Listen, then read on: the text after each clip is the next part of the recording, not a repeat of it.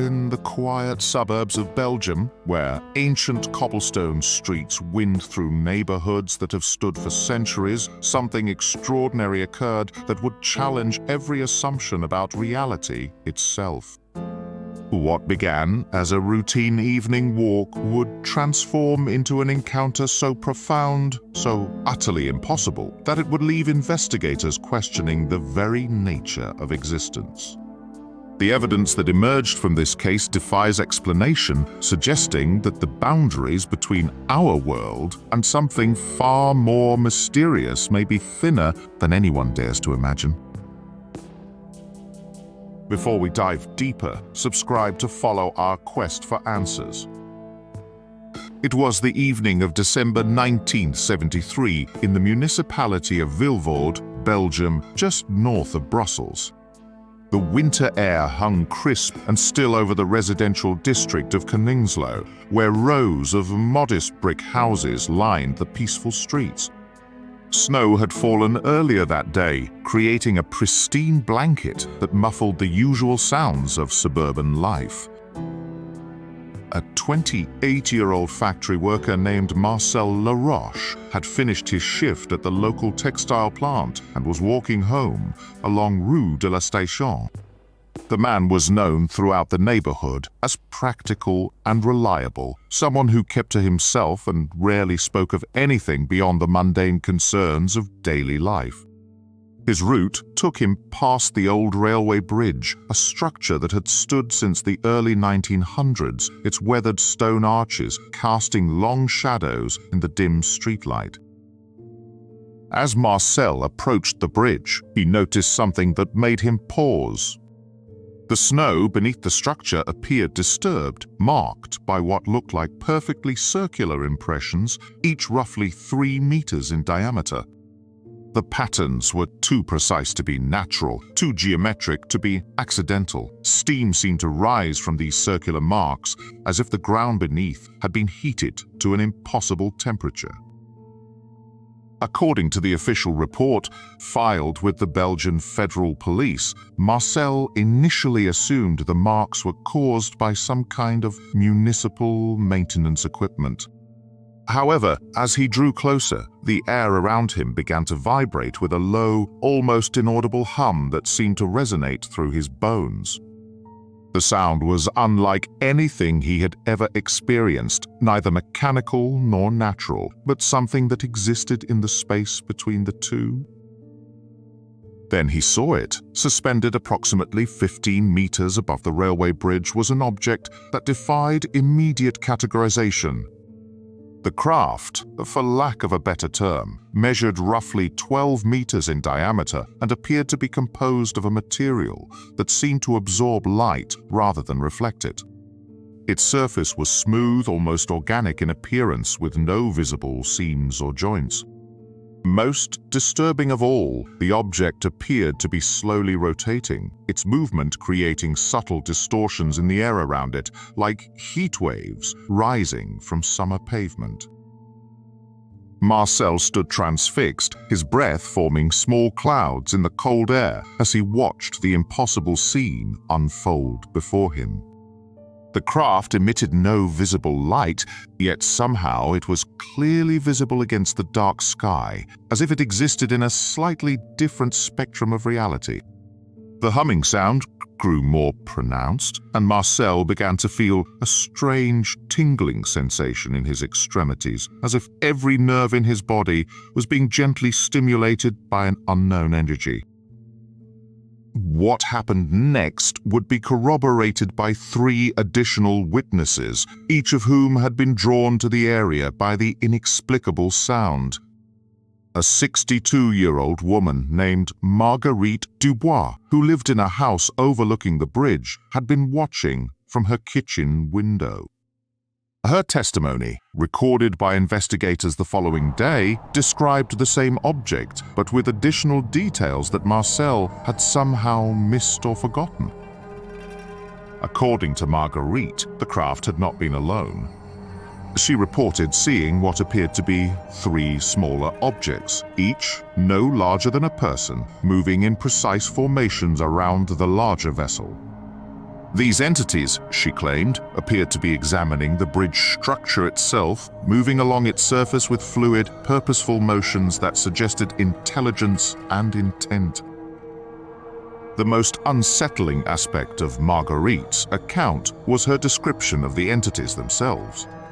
She reported that they appeared humanoid in basic shape, but moved with an unnatural grace that suggested they were not bound by the same physical laws that govern terrestrial life.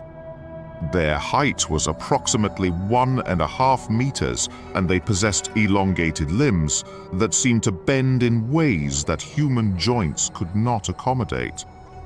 Most disturbing was their apparent ability to move through solid matter, passing through the stone bridge as if it were nothing more than mist. A third witness, a 45-year-old postal worker named Henry Mortier, had been cycling home from his evening shift when he encountered the scene. His account, while consistent with the others in its basic details, included an additional element that would prove crucial to the investigation. Henry reported that one of the entities had seemed to notice his presence and had turned to observe him directly. The moment of contact, as Henry described it, was unlike anything in documented human experience. The entity's attention felt like a physical weight, pressing against his consciousness with an intensity that left him temporarily unable to move or speak. During this brief encounter, Henry claimed to have received what he could only describe as a wordless communication, a flood of images and sensations that conveyed concepts far beyond human understanding. The images, according to Henry's testimony, showed the railway bridge not as it appeared in 1973, but as it had existed across multiple points in time simultaneously. He saw the bridge under construction, witnessed the workers laying each stone, observed the countless trains that had passed over it through the decades.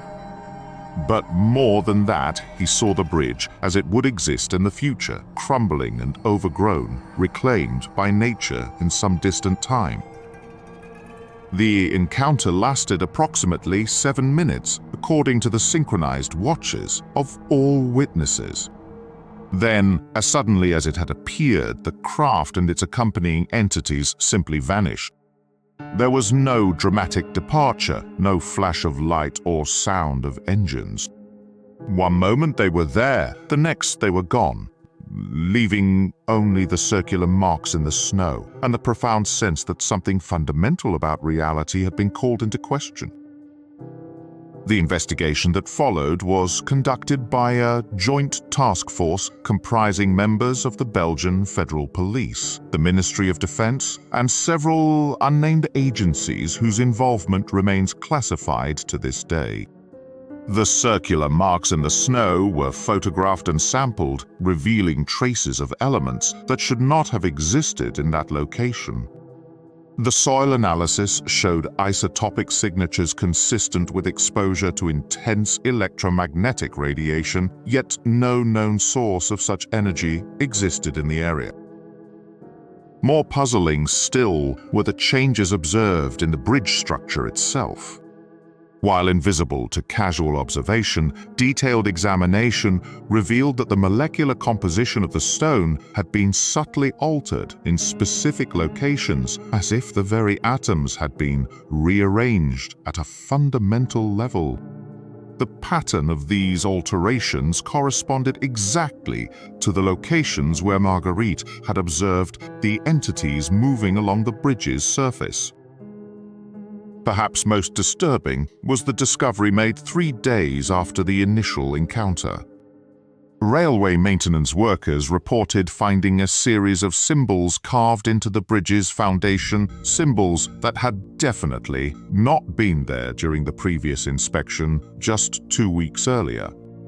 The markings were precise, geometric, and utterly unlike any known human writing system. They appeared to have been created not by chiseling or etching, but by some process that had caused the stone itself to flow like liquid before hardening again. Linguistic experts from the University of Brussels examined the symbols but could find no correlation to any known language, ancient or modern. The geometric precision of the markings suggested they were created by some form of advanced technology, yet the organic flow of the stone indicated a process that exceeded current human capabilities by decades, if not centuries. The investigation officially concluded after 6 months with a classification that remains sealed in government archives. The witnesses were interviewed multiple times, subjected to psychological evaluation, and eventually asked to sign agreements limiting their ability to discuss the case publicly. Marcel Laroche moved away from Vilvoorde within a year of the encounter and has never spoken publicly about what he experienced that December evening. However, the story does not end there. In the years following the incident, other witnesses have come forward with accounts of similar encounters in the same area. A pattern has emerged suggesting that the railway bridge at Vilvoorde may be what investigators privately term a persistent anomaly zone, a location where the barriers between our reality and something else remain permanently weakened. The most recent documented incident occurred in 2019 when a security camera installed near the bridge captured footage of unexplained lights moving in patterns identical to those described by the original witnesses. The footage was immediately confiscated by authorities, but not before copies were made and distributed through underground networks of researchers investigating anomalous phenomena. Analysis of this recent footage revealed details that add new layers to the mystery. The lights appeared to be scanning the bridge structure with systematic precision, as if searching for something specific. More unsettling still, enhancement of the audio track revealed the same low-frequency humming sound reported by the original witnesses, a sound that should not have been audible to the camera's recording equipment. The implications of the Vilvoorde encounter extend far beyond a simple sighting of unexplained objects. The physical evidence, the multiple witnesses, and the ongoing activity in the area suggest that something of immense significance occurred that December evening in 1973.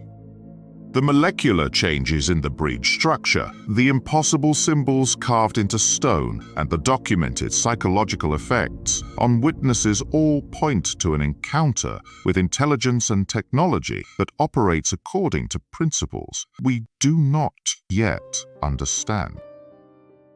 What makes this case particularly significant is the precision of the documentation and the credibility of the witnesses.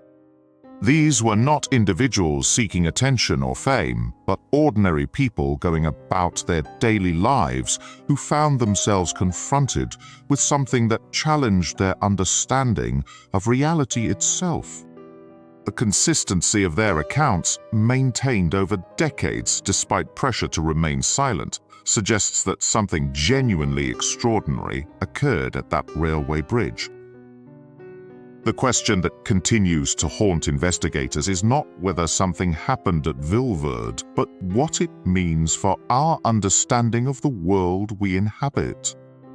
The evidence suggests that we may not be alone, that intelligence exists beyond our current comprehension, and that the boundaries between the possible and impossible may be far more fluid than we dare to imagine. What do you think those entities were truly searching for beneath that ancient Belgian bridge? And why do they keep returning to the same location decades later? Share your thoughts in the comments below. And don't forget to subscribe for more cases that challenge everything we think we know about reality.